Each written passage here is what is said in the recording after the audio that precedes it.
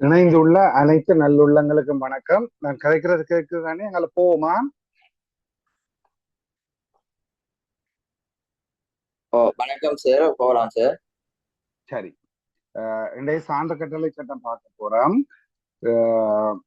ஆக்சுவலா உங்களுக்கு double excess தந்திருக்கிறேன் 2025-24. அப்ப நீங்க பாத்தீங்கன்னா எப்படி மாறுபடுகுதுன்ற பார்த்து கொள்ளுவீங்கள். அரைச்ச மாவு வச்சு அரைக்கிறனாண்டதையும் புரிஞ்சு கொள்ளுவீங்க. சரி, மேற்கொண்டு கதைக்கல.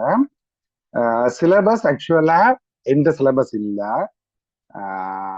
ஆர்டி என்றது உங்களுக்கு தெரிஞ்சிருக்கும். ரெஸ்பெக்டட் திலீப்ப சேர்ந்த சிலபஸை தான் அப்படியே போட்டு காட்டியிருக்கிறேன். சிலபஸ் அப்படியே போடுறதுல தப்பு இல்லைன்றதுதான் இந்த விளக்கம். அதுல எந்த மாற்றங்களும் நான் செய்யல. சரி, இதான் சேர்ந்த ஸ்லைட். 2025க்கு வந்தது. அதே அப்படியே எடுத்து போட்டு உங்களுக்கு படிப்பிக்கிறேன். இதுல என்னென்ன டாபிக்ஸ் படிப்பிக்கிறன்றது இன்ட்ரடக்ஷன் செக்ஷன் 1 to 4 போகுது. இன்றைக்கு நாங்கள் படிக்க போறோம் 1 to 4 மட்டும்தான் படிக்க போறோம். இதுல செக்ஷன் 3 தான் ரொம்ப முக்கியமானது. அதுல ஒரு எடுத்து சொல்லும் உங்களுக்கு என்னன்னு விளங்கணும். அது தெளிவா விளங்கிட்டேன்னா மிச்ச பாடத்தை படிச்சு கொண்டு போறது ஈஸியா இருக்கும். நிகழ்வு என்றா என்ன, ஆய்பொருள் நிகழ்வு என்றா என்ன, இயல்பான நிகழ்வு என்றா என்ன, ஒவ்வொரு நிகழ்வும் நீதிமன்றத்துல நிரூபிக்கப்பட்டதா நிரூபிக்கப்படவில்லையா, அதாவது ப்ரூவ், நாட் ப்ரூவ், அன்ப்ரூவ். சரிதானே? அதுக்குரிய தமிழ் சொல்லி வரைக்க சொல்லணும். இந்த 6 அதோட ரிலவன்ஸ் சொன்னான். ரைட். டாக்குமெண்ட். அடுத்தது டாக்குமெண்ட். இந்த சொல்லுகளுக்கு என்ன பொருள் அதை தெளிவா விளங்கி வச்சிருக்கணும். அதோட ஹிஸ்டரிக்கு கிளாசிபிகேஷன் ஆஃப் எவிடன்ஸ், என்னென்ன விதமான எவிடன்ஸ் இருக்கின்றதும் பார்த்துட்டு போகும். அடுத்தது ரிலவன்சி. உங்களுக்கு ரிலவன்சி விளங்கணும் என்ற இயல்பானது. அப்ப இயல்பான நிகழ்வுகள் என்றது விளங்கணும். அது செக்ஷன் 5-15 வரைக்கும் வந்திருக்கும். நிகழ்வு என்றது நீங்க சினிமா படங்களை பார்த்தா ஒரு சம்பவம் செய்துட்டு மாதிரி ஏதாவது ஒரு சம்பவம். இப்ப நிலம் அமைதியா, அதாவது காற்று இல்லாம நிசப்தமா இருக்குன்னா அது ஒரு நிகழ்வு. ஒரு பறவை பறந்து கொண்டு போயிருக்குன்னா அது ஒரு நிகழ்வு. ஒரு ஆக்சிடென்ட் நடந்த ரூட் எல்லாம் சிதலமாகி மக்கள் கூடிக்கொண்டிருக்கா அது ஒரு நிகழ்வு. நான் பிறகு டீட்டெயிலா பார்ப்பேன். இந்த நிகழ்வுல சரிதானே, அதுல ஒன்று நீதிமன்றத்துல நிரூபிக்கப்பட வேண்டி இருக்கும். அதாவது ஒருத்தர் ஓம் என்று சொல்லுவார், இன்னொருத்தர் இல்லை என்று இருப்பார். உதாரணத்துக்கு விபத்தை ஏ ஏற்படுத்தினாரா பி ஏற்படுத்தினாரா என்ற பிரச்சனை வரைக்கும் யார் ஏற்படுத்தினார், விபத்தை யார் ஏற்படுத்தினார்கள் என்பது ஆய்பொருள் நிகழ்வு. அதுக்கு சான்றுகள் கொண்டு யார் செய்தார்ன்றது நிரூபிக்கணும் அல்லது பொய்ப்பிக்கணும். அதாவது நான் செய்யலை என்று பொய்ப்பிக்கணும்.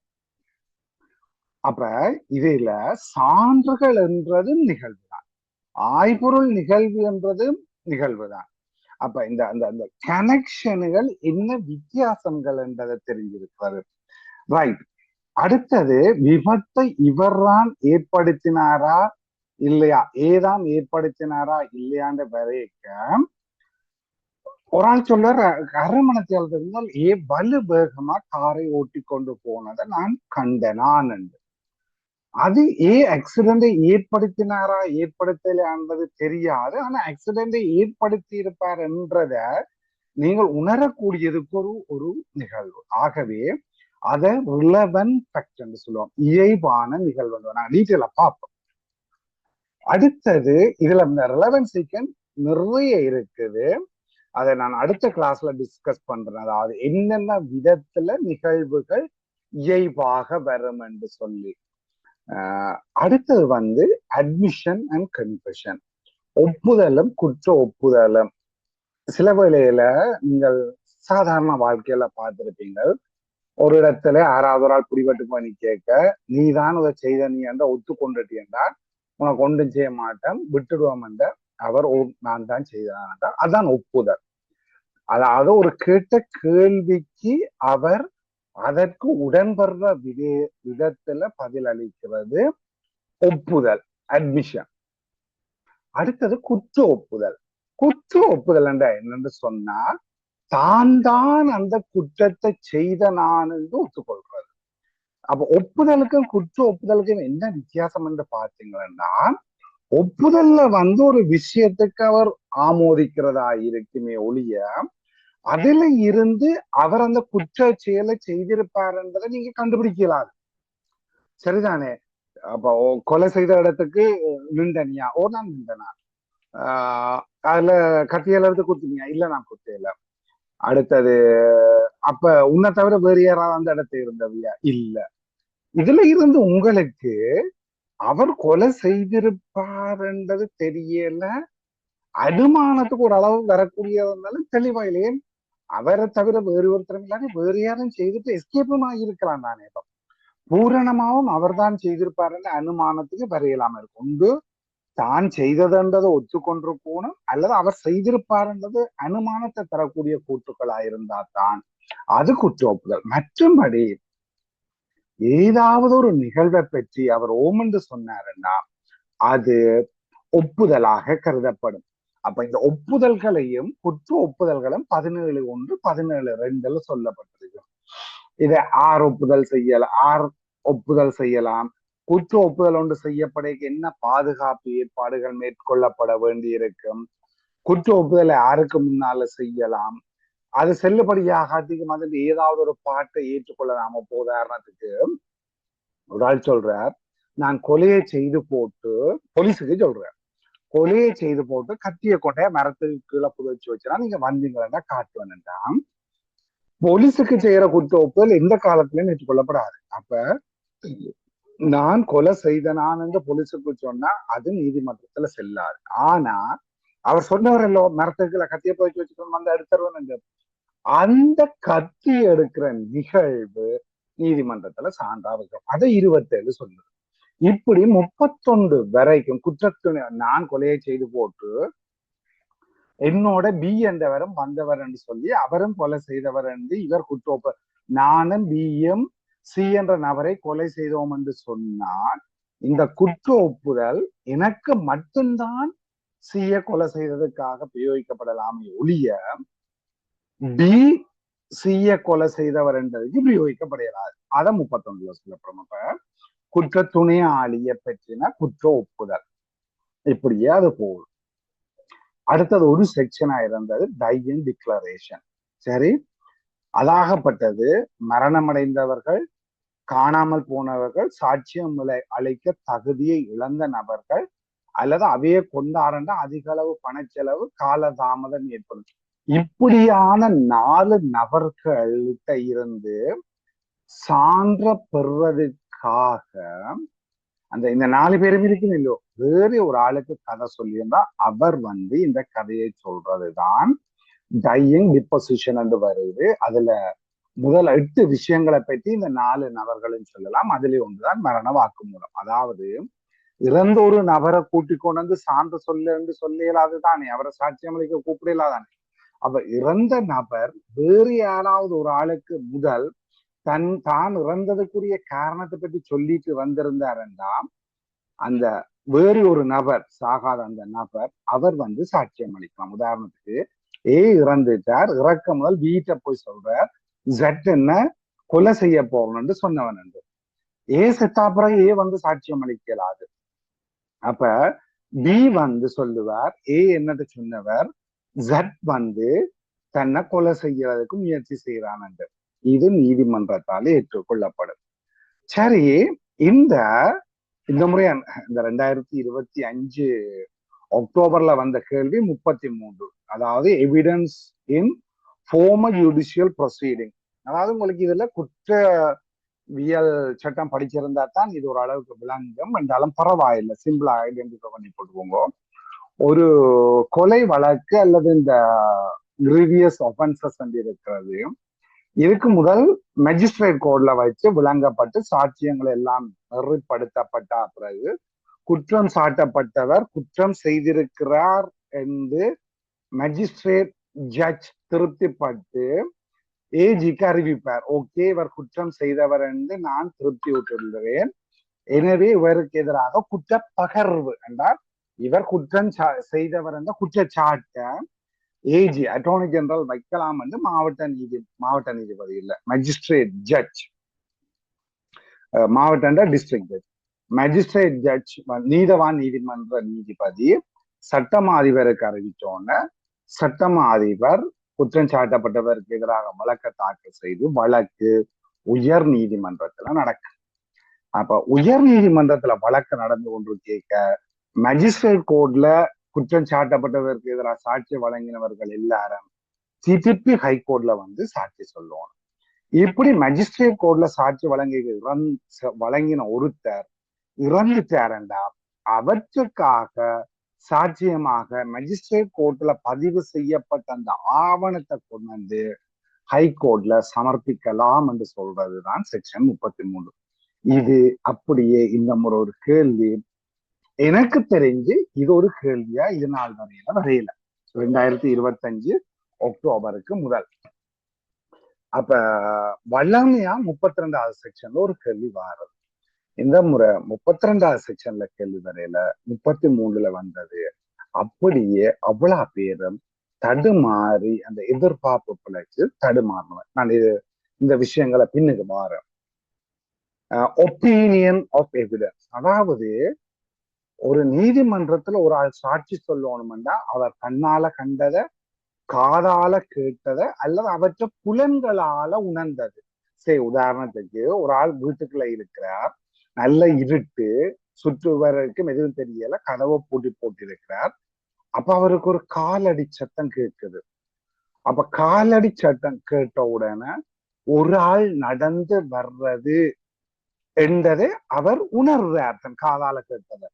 அதை நீதிமன்றத்துல அவர் சாட்சியமா வழங்கலாம். இது அவர் தந்த புலன்களால கேட்ட ஒரு காலடி சத்தம் கேட்குது. இது பக்கத்து வீட்டு சுப்பிரமணியம் என்று அவர் ஒரு கெஸ் பண்ணி ஊகிச்சாருன்னா அதை அவர் சாட்சியமா சொன்னா நீதிமன்றம் ஏற்றுக்கொள்ளாது. ஒரு நீதிமன்றம் சாட்சிகளிடமிருந்து ஏற்றுக்கொள்றது என்னத்து என்று சொன்னா அவர்கள் கண்களால் கண்டது, காதால் கேட்டது மற்றும் ஏனைய புலன்களால் உணர்ந்தவர்களை மட்டும்தான் அவர்கள் சொல்லலாமே ஒழிய அவர்கள் தங்களோட அபிப்பிராயத்தையோ ஊகத்தையோ தெரிவிக்காத நீதிமன்றம் ஏற்றுக்கொள்ளாது. இது ஜட்ஜுக்கு தான் ஒரு சொல்லப்பட்ட விஷயங்கள்ல இருந்து ஊகிக்கிறதுக்கு, அபிப்பிராயம் எடுக்கிறதுக்கு வருது. ஆனா இதுக்கு ஒரு விதிவிலக்கு தான் 45 தொடக்கம் 51 சொல்லப்பட்டிருக்கு. 5 விஷயங்கள் தொடர்பாக, அதாவது கலை, விஞ்ஞானம், புறநாட்டு சட்டம், கைவிரல் அடையாளம், கால்விரல் அடையாளம், கையெழுத்து தொடர்பாக அந்த விடயத்தில் சிறப்பு தேர்ச்சி பெற்றவர்கள் சாட்சியம் வழங்கலாம். இது எக்ஸ்பர்ட் எவிடன்ஸ், அதாவது அவர்கள் அபிப்பிராயத்தை தெரிவிக்கலாம். நான் உங்களுக்கு சொன்னேன், சாட்சி அபிப்பிராயம் தெரிவிக்கலாது. அபிப்பிராயம் தெரிவிக்கிறது நீதிபதியின் கடமை. அதுக்கு விதிவிலக்காயிருக்கிறது. அந்த நான் சொன்ன அந்த 5 விஷயத்திலையும், அல்லது சில இடங்கள்ல 4 விஷயம் வந்துவாங்க. இந்த கைவிரல் அடையாளம், கால்விரல் அடையாளம், அதுவெல்லாம் 2ஆ சேர்க்கிறது, 1ஆ சேர்க்கிறது எல்லாம் இருக்கு. அதை பெருசு பண்ணாதீங்கோ. அதில சிறப்பு தேர்ச்சி பெற்றார்கள் அந்த விடயத்தில்.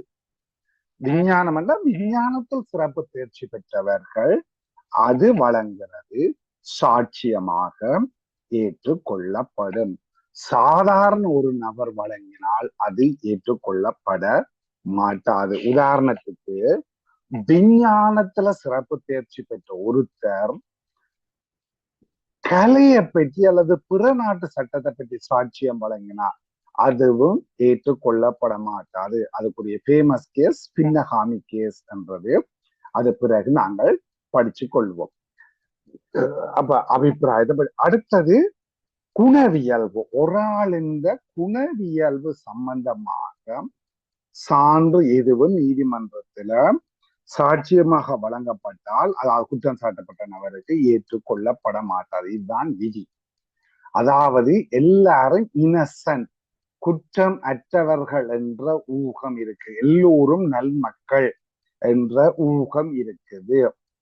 ஆனா குற்றம் சாட்டப்பட்டவர் வந்து நான் நல்லவன், நாளும் தெரிஞ்சவன், இந்த பூ உலகில் அமைதி மலர்வதை தவிர வேறு ஒன்றையும் அறியேன் என்ற மாதிரி ஒரு சாட்சியம் வழங்கினார் என்றால், இல்ல இவன் பக்கா கேடு கெட்டவன் என்ற மாதிரி அவருக்கு எதிராக சாட்சியம் வழங்கலாம். மற்றும்படி சட்டம் அவர் இன்னசென்ட் என்று ஏற்றுக்கொண்டிருக்கும். அதே அவர், அதாவது குற்றம் சாட்டப்பட்டவர் நான் இன்னசென்ட் தான் என்று ஒரு ஜூரிய அல்லது நீதிபதிய தண்ட பக்கம் கவர வலிக்குத்தான் மட்டும்தான் வழக்கு தொடுப்பு இவர் ஒரு பக்கா திருடன் அல்லது முதலும் இப்படி குற்றம் செய்தவர், இவர் கெட்ட குணம் உடையவர் என்பதை வழங்கலாம். சரி, இப்படி காட்டியிருக்கிறதுல 1 தொடக்கம் 55, பொதுவா இதை நாங்கள் 5ல இருந்து 55 வரையும் உள்ள செக்ஷனை ஓரல் எவிடன்ஸ் என்று சொல்றாங்க. இதுல அநேகமா எல்லாரும் ஒரு சாட்சி வந்து சாட்சி கூண்டுல ஏறி நின்று வாயால சொல்றது, அல்லது குற்றம் சாட்டப்பட்ட நபர் சாட்சி கூண்டுல நின்று, அல்லது குற்றவாளி கூண்டு டொக் என்று சொல்றது. டொக் என்றது குற்றவாளி நிக்கிற இடம், அது அவருக்கு பாதுகாப்பான இடம். அது பிறகு நாங்கள் படிப்போம். நீங்க நீதிமன்ற நடவடிக்கைகள்ல பார்த்திருப்பீங்க தானே, 2 கூண்டு இருக்கும், அதுல ஒன்று டொக், ஒன்று சாட்சி. சரிதானே? அப்ப அவர் அந்த 2ல இருந்து சாட்சியம் வழங்கலாம். சரி, இதுதான் அந்த ஓரல் எவிடன்ஸ்ன்றதுக்கு வருகிறது. என்னன்னு சொன்னா 5ல இருந்து 55 வரைக்கும் சாட்சி அல்லது குற்றம் சாட்டப்பட்டவர்கள் அல்லது வழக்கு தொடுப்பு தங்களுடைய சான்ற வாய்மொழி மூலம் முன்வைக்கிறது. பொதுவில இதுல 5 கேள்வி அல்லது 4 கேள்வி வாரது. அந்த பற்றின தான் இந்த 2025 அக்டோபர் வரைக்கும் இருந்தது. இனி அது மாறிடலாம். இந்த முறை ரிவிஷன்ல திலீப சார் எப்படி சொல்றாரோ அவரை பொறுத்து தான் இருக்கு. இவ்வளவும் முந்தி ஞானதாசன் சார் என்ற ஒரு சார் படிப்பிச்சவர். அவர் இப்ப லோ காலேஜ்ல இருந்து லீவ் பண்ணினபடியால டாக்குமெண்ட்ரி எவிடன்ஸ் என்று சொல்லி 60ல நடந்தத 60ல இருந்து 167 அங்கால 2-3 ordinance, special provision act, computer crime act, evidence in rebuttal, circumstantial evidence, இவ்வளவும் படிப்பிச்சது திலீப சார். அவ்வளத்தையும் சேர்த்து இப்ப திலீப சார்கிட்ட கொடுத்துருக்குது. 2025 அக்டோபர்ல இந்த பழைய ஸ்ட்ரக்சரை ஃபாலோ பண்றேன்னு சொல்லி போட்டு 32 வரையில 33 வந்தது. அட்மிஷன் அண்ட் கன்ஃபெஷன் வரையில ஒரு 3 கேள்விக்கு தான் வந்திருந்தது. இதால மக்கள் ரொம்ப பாதிக்கப்பட்டு போயிருந்தவர். ஆனா அந்த பேப்பரை நீங்க இந்த பாடத்தை படிச்சுட்டு போயிருந்தீங்கன்னா பார்த்தா மிக இலகுவான பேப்பர். அது வெளியில இருக்கிறவனுக்கு தெரியும். சரிதானே? பூனைக்கு கொண்டாட்டம், சுண்டலிக்கு சீவன் போடணும். எக்ஸாம் ஹோல்ல பழைய பாஸ் பேப்பர்கள் எல்லாம் பார்த்து அதுல பட்டனை பார்த்து படிப்பிச்சுட்டு போனாக்களுக்கு கஷ்டமா தான் இருக்கு. உங்களுக்கு தெரிஞ்ச சீனியர் சோதனை எழுதினாக்கள் இருந்தா எவிடன்ஸ் பேப்பர் எப்படி என்று கேட்டு பாருங்க. பேப்பர் சுவம், ஆனா மாடல் மாறிட்டு இல்ல நாங்க இணைச்ச மாதிரி வரையில பட்டன் மாறிட்டு நிறைய கதைகள் சொல்லுவார்கள். சரி, இனி நாங்கள் அடுத்தது போவோம். பாருங்க, கலரை மாற்றி வச்சிருக்கோம். இதுல சிவப்பு கலர் வந்தது, இங்கால ரிவர்ஸ் மாதிரி கொடுத்து வச்சிருக்காங்க. அடுத்தது டாக்குமெண்ட்ரி எவிடன்ஸ். அதாவது ஒரு ஆவணத்துல உள்ளத ஒரு லவ் லெட்டர் அல்லது ஒரு கடிதம் ஏதோ ஒன்ற ஒரு சான்றா கொடுக்கணும். எப்படி கொடுக்கலாம், எதை கொடுக்கலாம், போட்டோ காப்பி கொடுக்கலாமா, சர்டிஃபைட் பை ட்ரூ காப்பி என்றதை கொடுக்கலாமா, அல்லது ஒரிஜினல் கடிதத்தை தான் கொடுக்கலாமா, ஒரிஜினல் கடிதம் இல்லாட்டி போட்டோ காப்பி கொடுக்கண்டா என்னண்டு என்றது ஒரு பக்கம். அடுத்தது ஒரு உறுதியை கொண்டு ஒரு சான்றா வைக்கணும். அந்த உறுதி சட்டப்படி நிறைவேற்றி இருக்கா இல்லையான்னு படிக்கிறது. அடுத்தது தனியார் டாக்குமெண்ட், பப்ளிக் டாக்குமெண்ட், அதாவது அரசாங்கங்களால பேன்ற டாக்குமெண்ட்கள் இது என்று சொல்லி போட்டு இதை தவிர மிச்சம் எல்லாம் பப்ளிக் பிரைவேட் டாக்குமெண்ட் என்று சொல்லி முடிச்சு விடுறாங்க. 61ல இருந்து 90 மட்டும் இருக்கு. பெருசா பயந்துடாதேங்கோ. 64, 65, 64, 65, 66 தெளிவா தெரிஞ்சிருக்கணும். இது விளங்குறதுக்காக 60ல இருந்து 63 வரைக்கும் உங்களுக்கு தெரிஞ்சிருக்கணும். 67ல இருந்து 74 மட்டும் தெரிஞ்சிருக்கணும். ஒரு டாக்குமெண்ட் இப்படி முறையாக நிறைவேற்றுவது என்று ஒரு டாக்குமெண்ட் சட்டத்தால சொல்லப்பட்டபடி நிறைவேற்றினா தான் நீதிமன்றத்துல செல்லுபடியா. நீங்கள் இந்த கன்வீனியன்ஸ் என்னட்ட படிச்சிருந்தாலோ வேற எங்கேயாவது படிச்சிருந்தா தெரியும். ஒரு உறுதி ஒன்று சட்ட ரீதியான வலுவுடைமையை பெறதுக்கு அதுக்கு முத்திர தீர்வு செலுத்தப்பட்டிருக்கணும். திறத்தவர்கள் 2 பேரும் கையெழுத்து வச்சிருக்கணும். அதை விட 2 சாட்சி கையெழுத்து வச்சிருக்கணும். அது நொட்டாரிசால அத்தாட்சிப்படுத்தப்பட்டிருக்கணும். இவ்வளவு விஷயமும் செய்யாட்டிக்கு அந்த உறுதி செல்லுபடியேற்ற உறுதி பிறகு நீதிமன்றத்துல சான்றாக கொடுக்கணும். அதுதான் இந்த டாக்குமெண்ட்ரி எவிடன்ஸுக்கு வாரது. இந்த பேங்கர்ஸ் புக்ன்றது 90ஆவதுல உட்செலுத்தப்பட்ட ஒரு புதிய பிரிவு A to F கொடுத்திருக்கிறாங்க. EF6 இதுல 2 செக்ஷன் தான் மிக மிக முக்கியமான CNDM நினைக்கிறேன். அதைத்தான் சுத்தி சுத்தி சுத்தி கேள்விக்கு வாரது எங்களுடைய ஆக்களும் அதை ஏனோ தெரியாது விட்டுட்டு போய் ஐயோ நான் எழுதையில்லை என்று சொல்றது. இந்த 2க்கும் சேர்த்து அந்த டாக்குமெண்ட்ரி எவிடன்ஸ்ல ஒரு கேள்வி ஷுவரா வந்து கொண்டிருக்கு. அதை பற்றி நாங்கள் பின்னுக்கு கதைப்போம். படிக்கிறோமோ இல்லையோ டீட்டெயிலா இந்த பாடம் என்ன எதிர்பார்ப்பு என்னன்றதை பிரிச்சு மேய்ஞ்சு போட்டு, அதாவது நீங்கள் எப்படி வேலை செய்யணும்ன்றதை காட்டிட்டு போறதுதான் என்ற நோக்கமா இருந்தது. அடுத்தது பேர்டன் ஆஃப் ப்ரூஃப். முக்கியமா கவனிங்கோ, பேர்டன் ஆஃப் ப்ரூஃப்ன்றது 101ல இருந்து 113. பெரும்பாலான நோட்ஸ்கள்ல 101ல இருந்து 107, திலீப சரண்டையில 101ல இருந்து 107 மட்டும்தான் இருக்கிறது. மெல்லிசா டச் பண்ணி போட்டு போவார். வார கேள்வி 101 அல்லது 105ல தான் வாரது. அதுக்காக அதை 2ஐயும் படிச்சுட்டு போக கூடாது. 101ல இருந்து 113 மட்டும் படிச்சுட்டு போகணும். 101 105 தண்ணிப்பட்ட பாடமா உங்களுக்கு தெரிஞ்சிருக்கணும். ஒரு முறை 107 வந்திருந்தது. இப்படி அது மாறி மாறி வருது. ஊகம் பிரசம்ஷன் ஒரு செக்ஷன் இருக்குன்னு நினைக்காதுங்கோ. இதுலயும் ABCDEF போகும். அதுல ஏயும் பியும் தொடர்ந்து வரும். சில வேளையில டி வரும், சில வேளையில எஃப் வரும். எது எப்ப வரும்ன்றது தெரியாது. சொல்ல ப்ரெடிக்ட் பண்றது சரியான. இப்ப ப்ரெடிக்ட் பண்றதுன்றது சரியான கஷ்டம். அதை பார்ப்போம். அடுத்தது கன்செப்ட் ஆஃப் எஸ்டோபல். இதுக்கு ஒரு 10 ரூல்ஸும் 10 கேஸும் இருக்குது. அது அப்படியே கொஞ்சம் ஒரு ஆள் ஒன்றை சொல்லி போட்டு ஏ என்ற நபர், அதாவது இப்ப உங்களுக்கு வச்சு எடுப்போமே, நான் உங்களுக்கு 5000 ரூபாய்க்கு எவிடன்ஸ் பாடம் படிப்பிப்பேன் என்று சொல்ல, நீங்கள் அதை நம்பி 5000 ரூபாய் காசையும் கட்டினா பிறகு நான் இல்லை இல்லை இல்லை நான் அதை படிச்சோம் நான் படிப்பிக்கலைன்னு நான் சொல்லலாம்.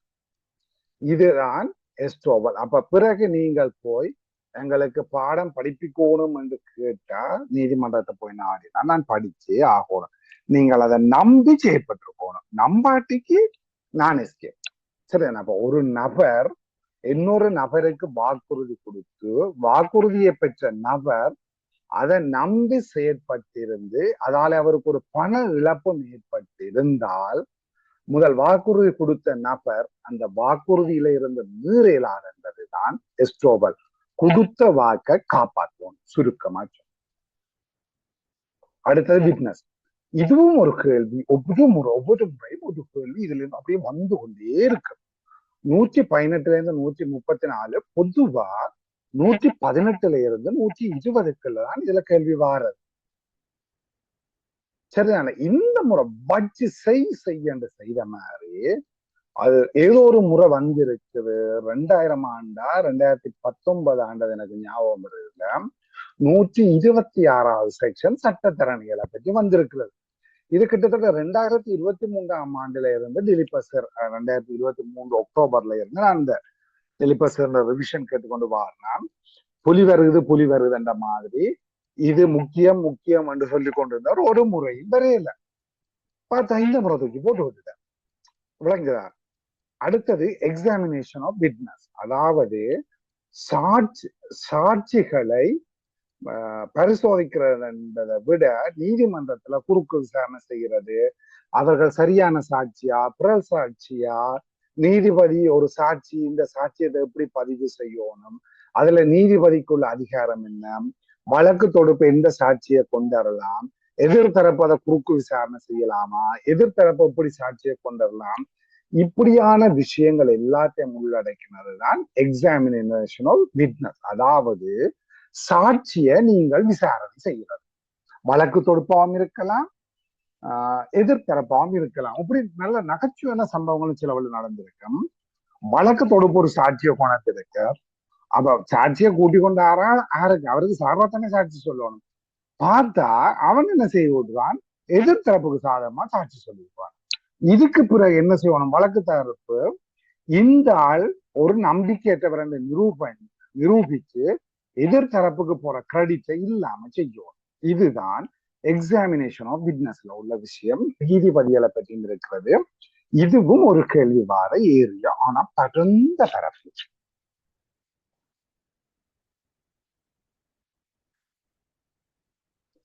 அடுத்தது evidence of special provision act. அதாவது இப்ப பாத்தீங்கன்னா கிட்டத்தட்ட எல்லாட்ட கையிலயும் ஒரு ஸ்மார்ட் போன் இருக்கும். அதுல ஒரு ரெக்கார்டிங்கும் இருக்கும், ஒரு வீடியோ எடுக்கிறதும் போட்டோ எடுக்கக்கூடியதும் இருக்கு. இந்த வீடியோவையும் ரெக்கார்டிங்கையும் போட்டோ அது டாக்குமெண்ட்ரி எவிடன்ஸுக்கு வந்துடும். இந்த வீடியோவையும் ரெக்கார்டிங்கையும் எப்படி ஒரு நீதிமன்றத்துல சான்றாக கொண்டு முன்வைக்கலாம் என்று 1995 ஆண்டுல சான்று கட்டளை சட்டத்துக்கு சேர்க்கப்பட்ட ஸ்பெஷல் ப்ரொவிஷன் தான் இது. இதுல 9 செக்ஷன் இருக்குது. 4 அல்லது 5 தான் வந்து கொண்டே இருக்கும். இந்த 4ம் 5ம் என்னன்றத அப்படியே ஆக்சுவலா இருக்கிற மாதிரி காப்பி பண்ணி போட்டு விடுறது, விளங்கப்படுத்துறையில எங்களுக்கு அதை பாடமாக்கணும். விலங்காட்டுக்கு பிலிபசர் சுத்தி சுத்தி போடுற கேள்வியில கண்டுபிடிக்கலாட்டிக்கு செய்யலாம இருக்கும். எது என்னன்னு தெரியாம 4, 5, 6, 7 எல்லாத்தையும் பாடமாக்கி கொண்டு போறது. 4 அல்லது 5 வரும். அதோட 6, 7 எழுதணும். 6 ப்ரொசீஜர், 7 சத்தியகதாசி கொடுக்கிறது. அடுத்தது இந்த டாக் ஸ்டேட்மெண்ட். நான் சொன்னேன், நீதிமன்றத்துல 2 கூண்டு இருக்கும். அதுல ஒன்று குற்றவாளி நிக்கிற இடம், அதைத்தான் டொக்குன்னு சொல்றது. அதுல நின்று கொண்டு குற்றவாளி ஒரு கூற்ற வழங்கினா அது டாக் ஸ்டேட்மெண்ட்ன்றது. மற்ற கூட்டு சாட்சி கூட்டு. சாட்சி கூட்டுல நின்று சாட்சியம் வழங்கலாம். குற்றவாளியும் தந்த கூட்டுல இருந்து வந்து இந்த சாட்சின்ற கூட்டுல நின்று சாட்சியம் வழங்கலாம். இதுல உள்ள 2க்கும் உள்ள வித்தியாசம் என்னன்னா, சாட்சி கூண்டல் நின்று சாட்சியம் வழங்குறால் சத்தியம் அல்லது உறுதிமொழியில, சத்தியம் என்றது கிறிஸ்தவர்களுக்கு, மற்ற சமயத்தவர்களுக்கு உறுதிமொழி. உறுதிமொழியில நின்று ஒரு உறுதிமொழி எடுத்துட்டு நான் சொல்றது உண்மை என்று சொல்லி போட்டு சாட்சியம் வழங்கினோம். அதை வழங்கின சாட்சியத்தை எதிர்த்தரப்பு வக்கீல் வந்து குறுக்கு விசாரணை செய்யலாம். இந்த 2 இயல்பும் சாட்சி கூண்டுல இருந்து செய்யறது. இதுல நின்று வழங்குற சாட்சின்ற சான்று சார் பெறுமதி அதிகம். எல்லாம் ஞாபகம் வச்சிருங்க. பிறகு அந்த பாடங்கள் தொடங்கிக்க உங்களுக்கு இது தேவைப்படும். 2வது கூண்டு குற்று. இதுல குற்றவாளி அதுல நின்று ஒரு ஸ்டேட்மெண்ட் செய்வார், ஒரு சாட்சியம் வழங்குவார். கூற்று செய்வார்னா சாட்சியம் வழங்குவார். அந்த சாட்சியத்தை கூற்று என்று சொல்லுவோம். அந்த கூற்ற சத்தியம் செய்யாமலும் வழங்கலாம். வக்கீல் போய் குறுக்கு விசாரணை செய்யலாம். ஆனா படங்கள்ல தலைகீழா காட்டுறவங்க படங்கள்ல காட்டாத நம்பாதீங்கோ. குற்றவாளி கூண்டுலையும் போய் நின்று குறுக்கு விசாரணை செய்வாங்க. குற்றவாளி கூண்டுல நிற்கிறால குறுக்கு விசாரணை செய்யலாது. அவர் சொன்னதுதான். இப்ப நல்ல இது பார்க்கக்கூடியன்னா மனிதன் என்ற படத்தை பார்க்கலாம். இப்ப கடைசியா வந்த அத ஸ்டாலின் மகன் எனக்கு உதயநிதி. இந்த அடுத்தது முந்தி வந்த ஃபேமஸான படம் ஜெய்சங்கர் சுஜாதா அந்த விதி படம். நல்ல கோட் சீன்கள் உள்ள படங்கள். அந்த அந்த அதுல அந்த குற்றவாளி கூண்டல் நிற்க குறுக்கு விசாரணை செய்வது இருக்கும், சாட்சி கூண்டல் இருக்க குறுக்கு விசாரணை செய்வது இருக்கும். இது அந்த பிளங்கோடு மண்டா பார்த்துக்கொள்ளுங்கிறதுக்காகத்தான். அடுத்தது எவிடன்ஸ் இன் ரிபர்ட்டல். அதாவது ஒரு சான்ற மறுதளிக்கிறது எப்படி என்று அதுக்கு ஒரு 15 விஷயம் இருக்கு. அந்த 15 விஷயத்தையும் பார்க்கணும். சூழ்நிலை சான்றா என்ன என்றதை பற்றி படிக்கிறது. அதாவது ஒரு இடத்துல போய் பார்த்தீங்கன்னா, இந்த முறை அந்த படம் போடையில போல இருக்கு. ஒரு கிரைம் நடந்த இடத்துல பாத்தீங்கன்னா சில படங்கள்லையும் காட்டியிருப்பாங்க. ஒரு இடத்துல பார்த்தா நிறைய சீக்கிரட் அடிக்கட்டை இருக்கு. அதுக்கும் கொலைக்கும் எந்த விதமான நேரடியான சம்மந்தமும் இல்லை.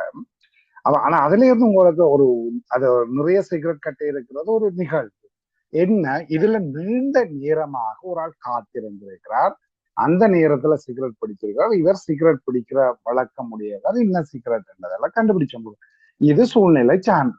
அப்ப வேற ஒரு ஆள் இதுல ஒரு ஆள் சிகரெட் பத்தி கொண்டு நின்றதை நாங்கள் தொடர்ச்சியா கண்டு நாங்கள் என்று சொன்னா அல்லது வேற ஒரு இடத்துல நின்றதை கண்டு என்று சொன்னா அந்த நேரடியா சொன்ன சான்று ஒரு ஆள் கூண்டில் இருந்து வாயால சொல்றது நேரடி சான்று டிரெக்ட் எவிடன்ஸ் சொல்லுவோம்.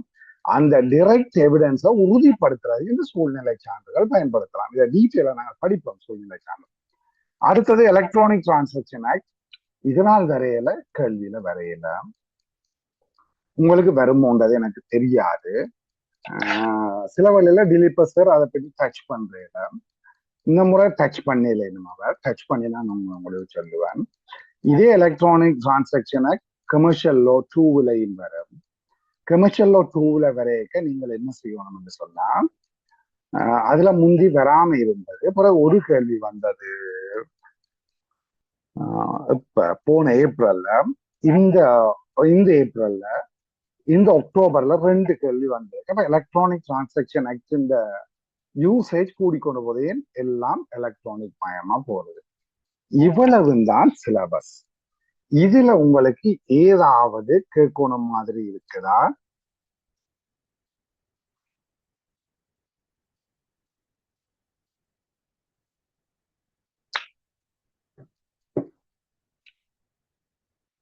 சார் சாரி சார், என்னன்னா சார் இதுல வந்து புதுசா சேர்க்கப்பட்டதை கொஞ்சம் திருப்பி ஒரு கட்சியில் இருமா சார். இதுல புதுசா சேர்க்கப்பட்டது அந்த ஒன்றும் இல்லை இந்தியாஸ். சிலபஸ்ல இருந்ததுதான். நான் ஒன்றை விட்டுட்டேன். நான் வாரம் ஜுடிஷியல் நோட்டீஸ் இதுல விட்டுட்டேன், போடையில சாரி. அது எல்லாம் வந்து சிலபஸ்ல இருந்தது. நோமலா ஒவ்வொருத்தரும் படிக்க அப்புறம் ஜுடிஷியல் நோட்டீஸ் 56 இருந்து 60 மட்டும் வெட்டுப்பட்டு போகுது. Thank you India's.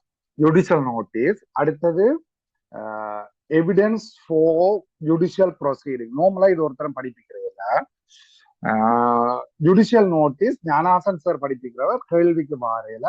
அதால இந்த டியூட்டர்ஸ் என்று சொல்ற டியூஷன் டீச்சர்ஸ் பார் ஒருத்தரம் படிப்பிக்கிறதுல நான் உட்பட.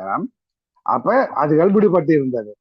இந்த முறை என்ன அந்த புது சென்றதை நீங்க கேட்குறீங்களா சொன்னா, நீங்க என்னண்டா அந்த பழைய நோட்ஸும் புது நோட்ஸும் நான் நினைக்கிறேன் பார்த்துக்கேன். ஞானதாசன் சார் படிப்பிச்ச பேட்டர்னும் திலீப சார் படிப்பிக்கிற பேட்டர்னும் வித்தியாசம்.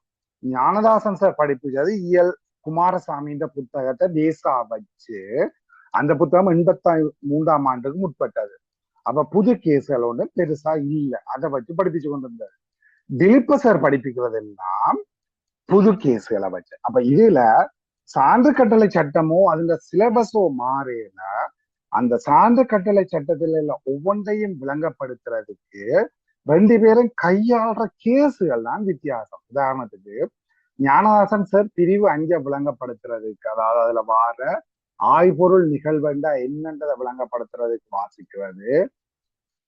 தொடங்க அத்தநாயக்கா இல்ல, ஐயோ அந்த பேர் வருது இல்லையே, அத்தநாயக்கா இல்ல, ஏல வாரது அந்த கேஸ் சமரியை சொல்லி வர்றேன். ஒரு 2 டீச்சர்ஸ் லவ் பண்ணினா, ஒரே ஸ்கூல், ஒரு ஆள் கொஞ்சம் காசு குறைஞ்சால் மற்ற பிடியன் வந்து பயங்கர பணக்காரன், அப்பவே கார் வச்சிருக்கிறாள். அந்த பொம்பளை பிள்ளை பிரெக்னென்ட் ஆகிட்டா. கல்யாணம் செய்ய ஒரே டோர்ச்சர் என்ற மாதிரி தான் ஆம்பளைன்ற பக்கம் இருக்குது. பொம்பளைன்ற பக்கம் தனக்கு தான் ஏமாந்து போறேன்னு இருக்குது. இது நான் நினைக்கிறேன் கழுத்துற பக்கம் தான் நான் இருக்கிறேன். அப்ப சரி என்று கல்யாணம் கட்டு கூட்டி கொண்டு வந்து புத்தளை மட்டும் போறேன். போனா பிரெக்னண்டா இருந்த அவர்கிட்ட லவ்வருக்கு மேல காரை ஏற்றி கனதரம் காரை ஏற்றி கொலை செய்தாச்சு.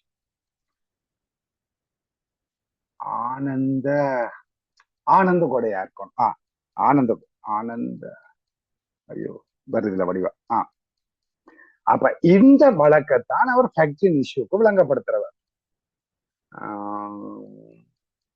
வெஜினாவோஸ் ஆனந்த கொடை அத்தநாயக்கா இல்ல வருதுல பேர். ஆனா டிலிப்பஸ் உதப்படி பெருசா எடுக்கவே இல்லை.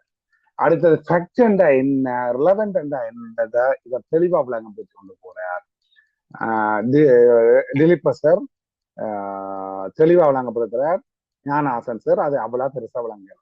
அடுத்தது 6வது செக்ஷனை 2 பேரும் வச்சு 6 அடிக்கிற மாதிரி அடிச்சிருக்கிறார். 7வது செக்ஷன் அவ்வளவு முக்கியம் இல்லை என்று போட்டு ஒரு ஸ்லைட்ல முடிச்சுட்டு திலீப சார் போறார். ஆனா அதுல சுத்தி சுத்தி ஞானஹாசன் சார் கேள்வி போடுறதும் நிறைய விஷயங்களை கொண்டு வந்து போட்டிருக்கிறதும் 7வது செக்ஷன்ல இருக்குது. அடுத்தது 8வது செக்ஷனை 2 பேரும் ஒரே விதத்துல இம்பார்ட்டன்ஸ் கொடுத்து படிச்சிருந்தோம். ஆனா 2க்கும் கொடுத்த கேஸ் 2 பேர்ட்டையும் வேற.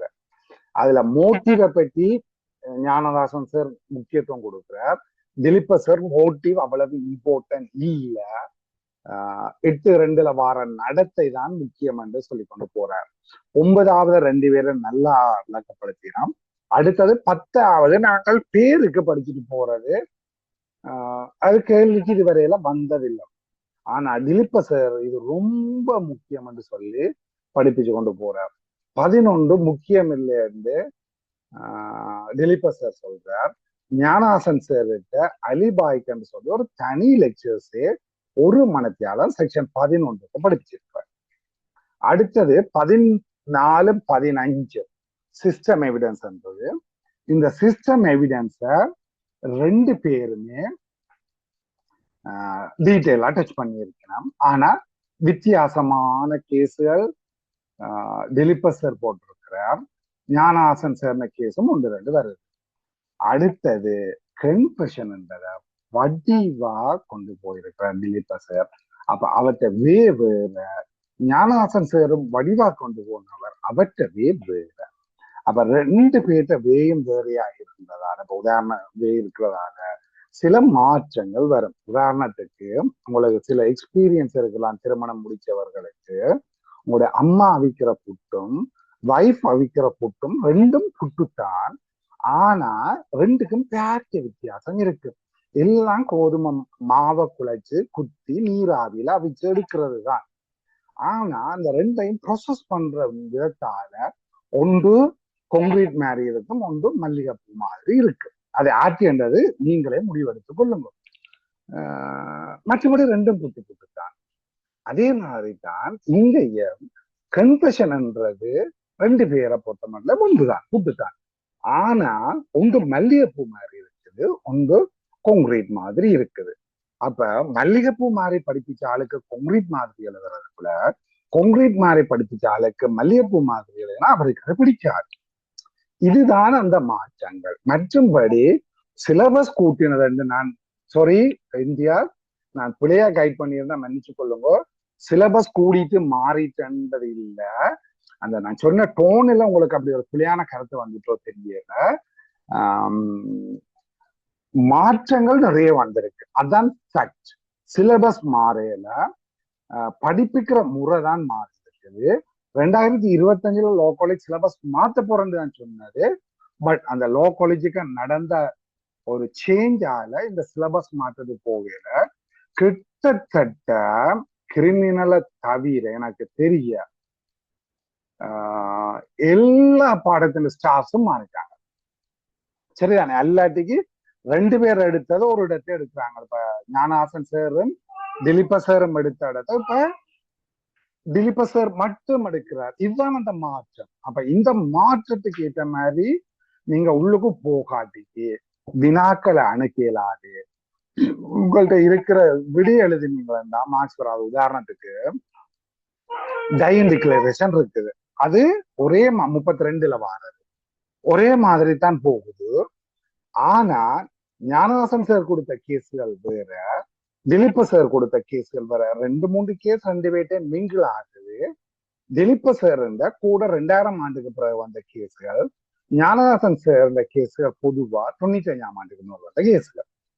அப்ப இதால உங்களோட அப்ரோச், அதுல கேட்கிற முறைகள் மாறுபடும். மற்றதுக்கு எவிடன்ஸை பொறுத்த மட்டும் ஒரு கேஸ் ஃபேக்டை மாத்தியே கேள்வியா போடுறது இருக்குது. அப்ப எங்களுக்கு அந்த கேஸ் வாசிச்சிடம் இருந்தால், அதோட கொஞ்சம் பரிச்சயமா இருந்திருந்தோம்னா அந்த கேள்வியை கண்டுபிடிச்சிடுவோம்.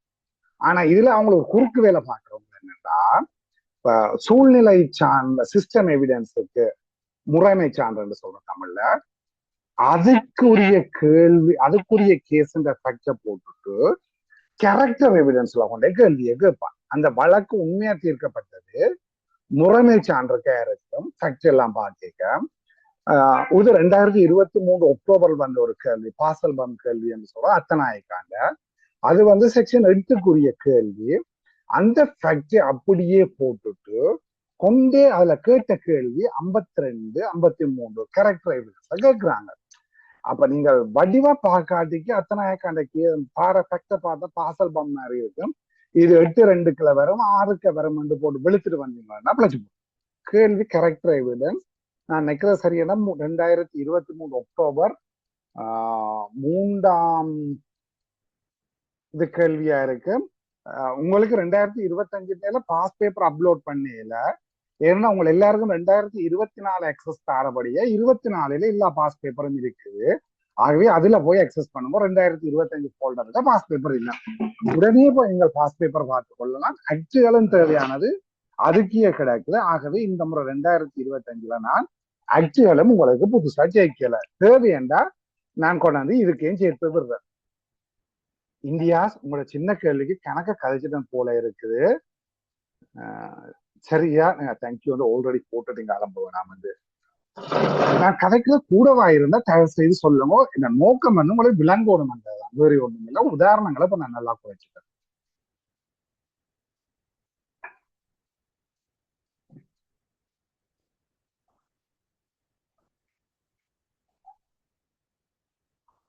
சரி, சிலபஸ் விளங்கி இருக்கும் நினைக்கிறேன். வேற யாராவது கேட்க போறீங்களா ஏதாவது சிலபஸ்ல?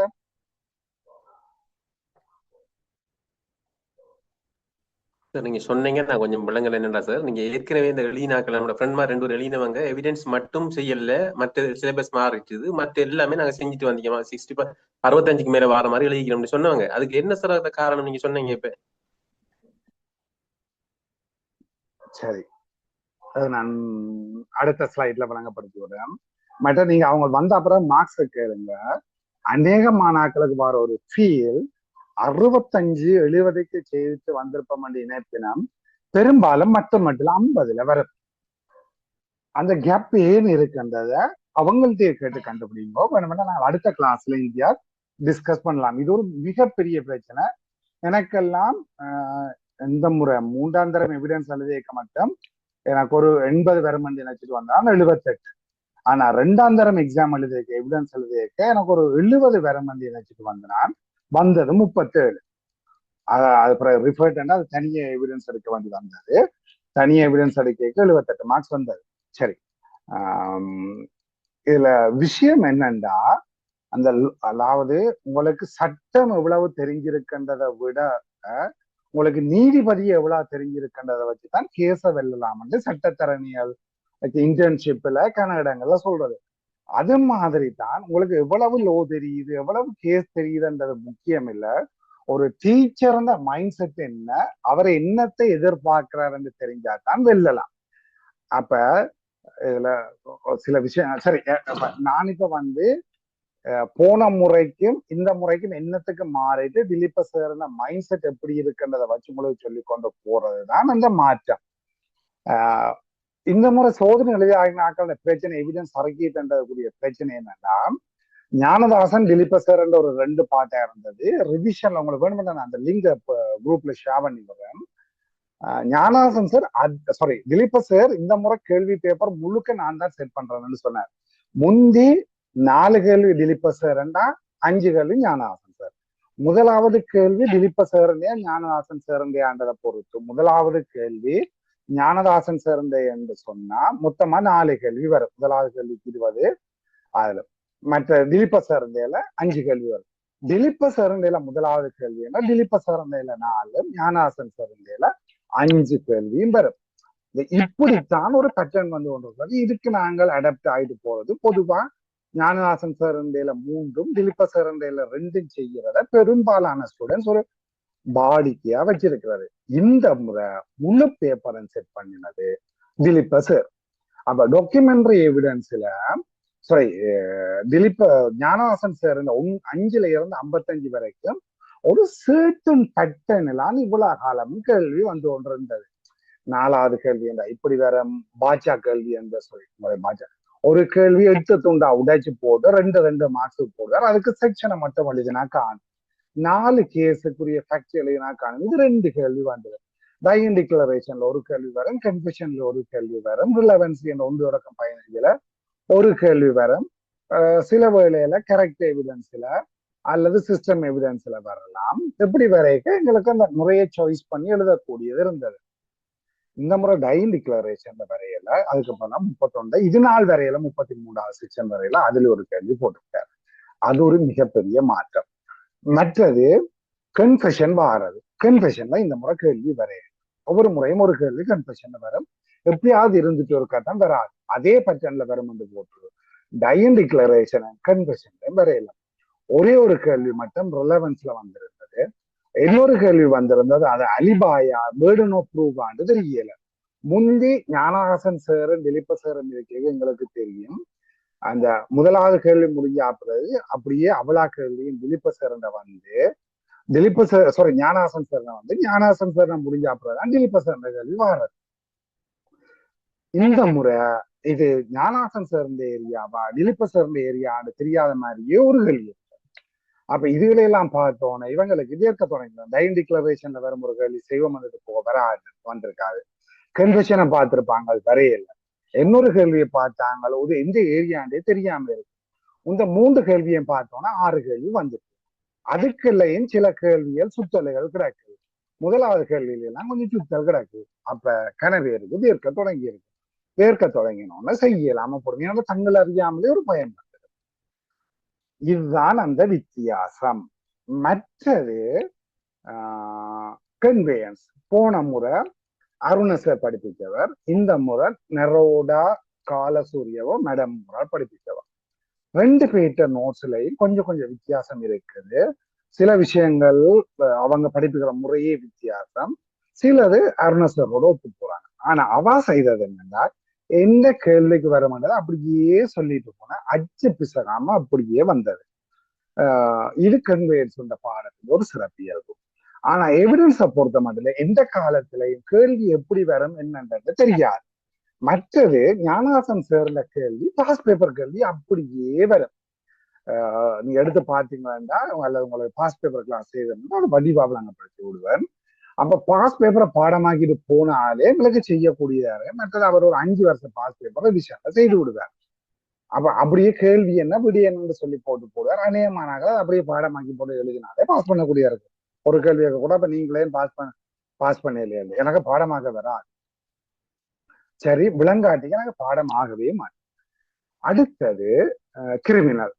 கிரிமினல் இந்த முறை ரத்நாயக சார் தான் படிப்பிச்சவர். அதை விட இன்னொரு பொம்பளை பிள்ளை இருந்தது, அவங்க தான் செட் பண்ணினார்.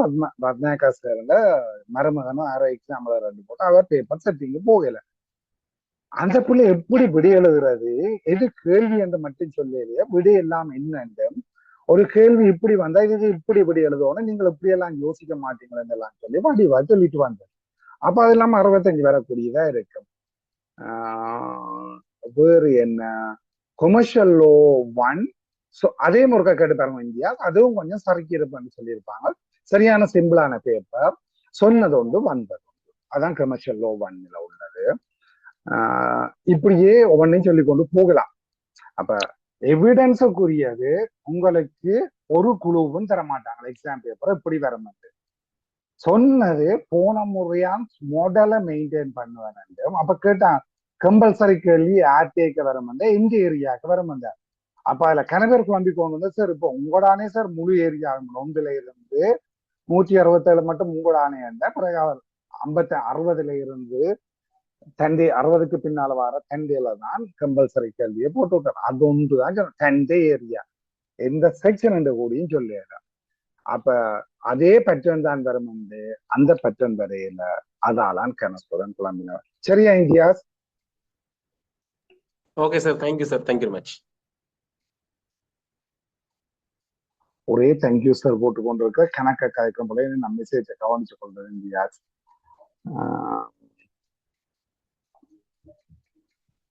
அதை மேல போட்டுருக்காங்களா?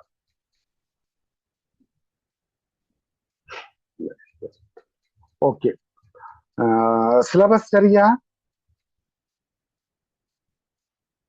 பவானந்தன் இந்த முறை தெரியல. ஓகே, எல்லாரையும் அவரும் சேர்ந்து வைக்கிறார்.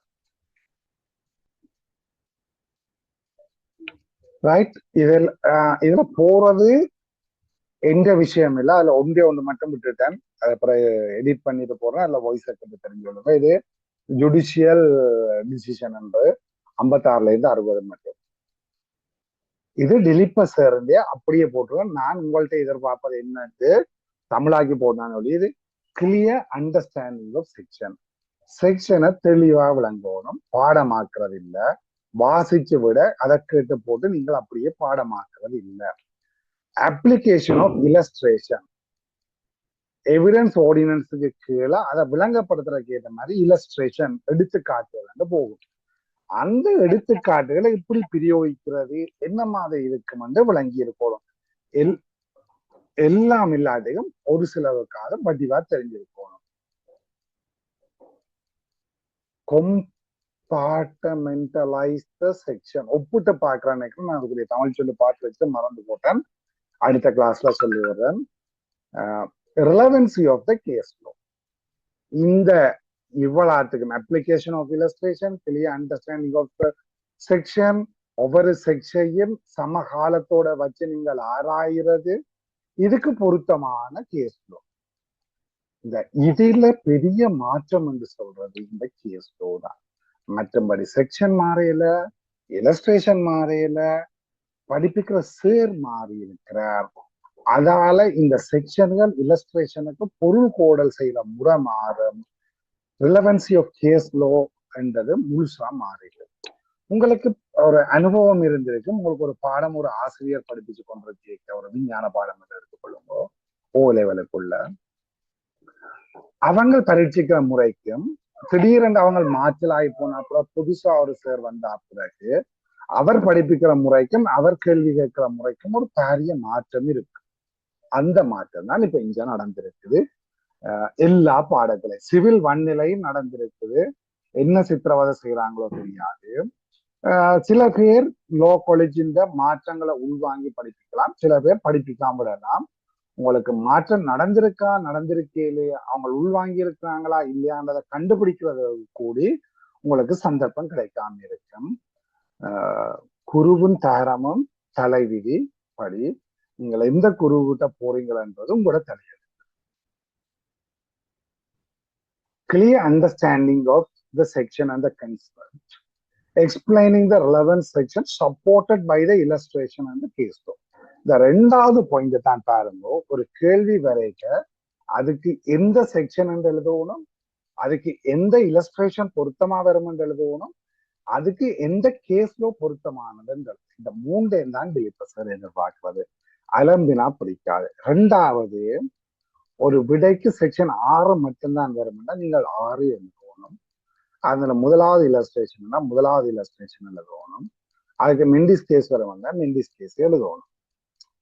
சரி, உங்களுக்கு ஒரு டவுட்டா இருக்கு, 6 10 வந்து 6 எழுதி கமா போட்டு 10 போட்டீங்கன்னா 10 வராத பிழை என்றா 6க்கு 15 மார்க்ஸ் கொடுக்குறாரு. அந்த செக்ஷனுக்கு சரியான செக்ஷனுக்கு 15 மார்க்ஸ் தருவார். புலியான செக்ஷன் எழுதினா 12 மார்க்ஸ் போட்டு கழிப்பார். அப்ப நீங்க சரியான செக்ஷன் எழுதி இருந்து புலியான செக்ஷன் எழுதினா உங்களுக்கு வரப்போறது 3 மார்க்ஸ். அப்ப சட்டியா ஸ்பொட்டாளுன்னு எவிடன்ஸ் இருக்கு. மற்ற பாக்கள் இப்படி சொன்னதில்ல. சரி, புதுமொழிக்கு என்னன்னு தெரியும் என்றால் 2025 இல்ல 2024 ஆகஸ்ட் டிலிப்பர் சேர்ந்த ரிவிஷனை கேளுமோ, இது அப்படியே அவர் பக்காவா போட்டு விளங்கப்படுத்தினார். அதுல மிக மிக கோபமாக செய்த ரிவிஷன்ல டிலிப்பர் சார் செய்த நான் பார்த்ததுக்கு அது ஒன்று. நான் 4 ரிவிஷன் பார்த்தாலும் அதான் மிக கோபமா செய்தவர். என்னன்னா, அதோட லோ காலேஜ்ல பெரிய ஒரு பூகம்பமே ஏற்பட்ட காலம் அதான் 2024 ஏப்ரல் ரிசல்ட்ஸ் ரிலீஸ் பண்றதுல வந்த பிரச்சனையில இருந்து வந்ததுதான் அது. How to apply the provision in a practical scenario. இதுதான் திலீப்பர் சேர்ந்த தாரக மந்திரம். ஞானதாசன் சேர்ந்த தாரக மந்திரம் தியரியா கேட்பார், பிரச்சனை இருக்காது. Identifying the relevant case laws, அதில் என்ன சொல்வார், your logical view in the applying the section. எப்படி தர்க்கிச்சு எழுதுறீங்கள் என்பதுக்கு தான் மார்க்ஸ். எனக்கு தெரிய ஒரு செக்ஷனையும் இலஸ்ட்ரேஷனையும் எழுதுறதுக்கு மட்டுமே 16 மார்க்ஸ் கொடுத்தவர் திலீப் சார். ரைட். மிக முக்கியமான கேள்விக்கு வாரேன். சரி, உங்களை எத்தனை பேர்கிட்ட சான்று கட்டளை சட்டம் வேண்டிட்டீங்க? கையில இருக்குது. இந்த சாஃப்ட் காப்பி என்றதுகளை விட்டுடுங்கோ. கவர்மெண்ட் பிரஸ்ல வேண்டலாம். கவர்மெண்ட் பிரஸ் நம்பருக்கு கால் பண்ணினா அவங்க கைட் பண்ணுவாங்க. கவர்மெண்ட் பிரஸ் நம்பர் நெட்ல இருக்குது, தமிழ்ல இருக்குது. எவிடன்ஸ் சோப்பு கலர் புத்தகம் உண்டு, கடைகளே பப்ளிக்கா வித்து கொண்டிருக்கிறாங்க. அதை விட நெட்டில இருக்குது, தமிழ்ல இல்லை நினைக்கிறேன், இங்கிலீஷ்லாம் இருக்குது. எடுத்து பிரிண்ட் பண்ணுங்கோ, அல்லது உங்களோட ஃப்ரெண்ட்ஸ்கிட்ட கேட்டுடுங்கோ. ஹார்ட் காப்பி இல்லாம சோதனைக்கோ படிக்கவோ வெளிக்கிட்டுறாதீங்கோ, சரியா கஷ்டப்படுவீங்க.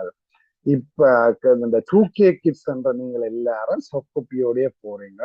உங்களுக்கு கம்ஃபர்டபுள் ஆயிருக்கண்டா எனக்கு ஓகே. ஆனா தமிழ்ல சாஃப்ட் காப்பி இருக்கான்றது எனக்கு தெரியாது.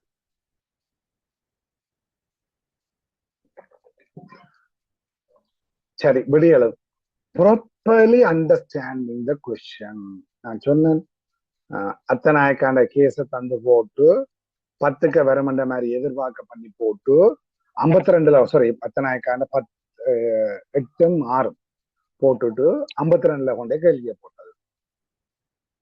Identifying the issue in the question. அதுல நிறைய விஷயம் தந்திருந்தாலும் எது பிரச்சனை, எதை உங்கள்கிட்ட கேட்கிறாங்கன்றத ஐடென்டிஃபை பண்ணணும். சைட்டிங் த ரெலவன்ட் செக்ஷன், அதுக்கு பொருத்தமான செக்ஷனை மட்டும் எழுதணும். இல்ல நோ டீடைல் ஆன்சர் ரிக்வயர்ட். இது எந்த இல்ல டிலிப்பஸா போட்டது. No detail answer required. ஒரு கேள்விக்கு ஒரு பக்கம் போதும், எவிடன்ஸுக்கு மட்டும். மற்றது கூட அப்ளை பண்ணி போது என்ன பேசக்கூடாது. அதாகப்பட்டது ஒரு கேள்விக்கு அரை மணத்தியாலம் இல்லாம முதலாம் கேள்விக்கு கொஞ்சம் கூட எடுத்து 35 நிமிஷம் எடுத்து மிச்ச கேள்விகளுக்கு ஒரு 28 நிமிஷம் எடுக்கிறதான் அவர் சொல்றார். அடுத்தது கன்க்ளூஷன். கடைசியா ஒரு சின்ன கன்க்ளூஷன் கொடுக்க சொல்லி சொல்றார். ஆனா அவர் அதை அவ்வளவு பெருசா எதிர்பார்க்கிறேன். இது எந்த அட்வைஸ், இது திலீப்ப சார்ந்த இல்ல.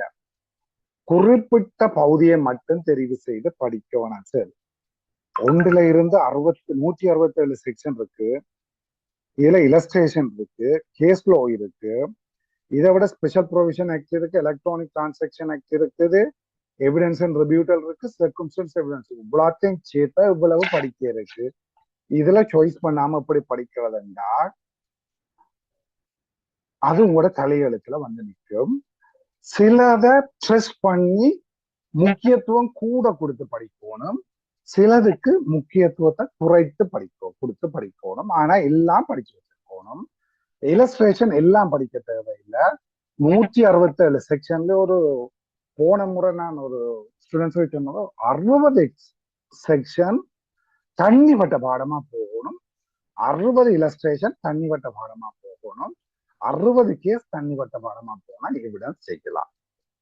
அப்ப மிச்சம் தெரியாம போகலாமோன்னு கேட்டா இல்ல, மிச்சம் தெரிஞ்சிருக்கணும். இல்லாட்டிக்கு உங்களுக்கு கேள்வி எந்த ஏரியாக்க வருதுன்னு தெரியாது, எப்படி கேட்டாலும் உங்களுக்கு சொல்லக்கூடியதா இருக்கும்.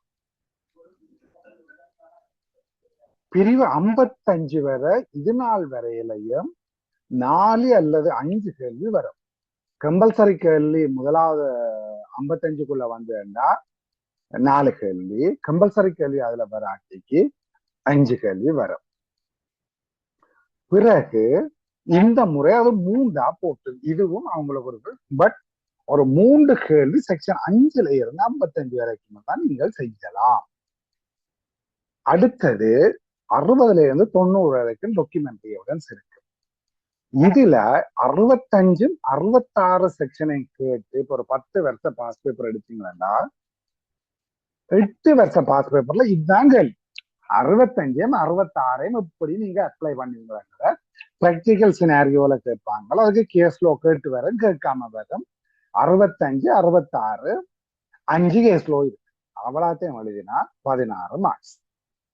2 முறை 67ல இருந்து 74 மட்டும் கேட்டிருக்காங்க. அதுல ஒன்று 2023 அக்டோபர் 65 66 வராம 67 இருந்து 74 மட்டும் வந்தது. 131 இருந்து 131 33 ஆண்டது எனக்கு ஒரு 133 திருத்தம்.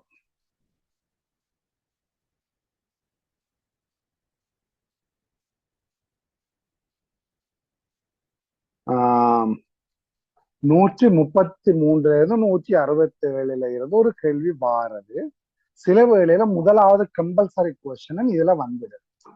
நான் முந்தி அட்வைஸ் பண்றது அல்லது நான் செய்த டெக்னிக் 133 167 விட்டுட்டு போறான். ஆனா கம்பல்சரி கேள்வி வந்தா துளைஞ்சது கதை.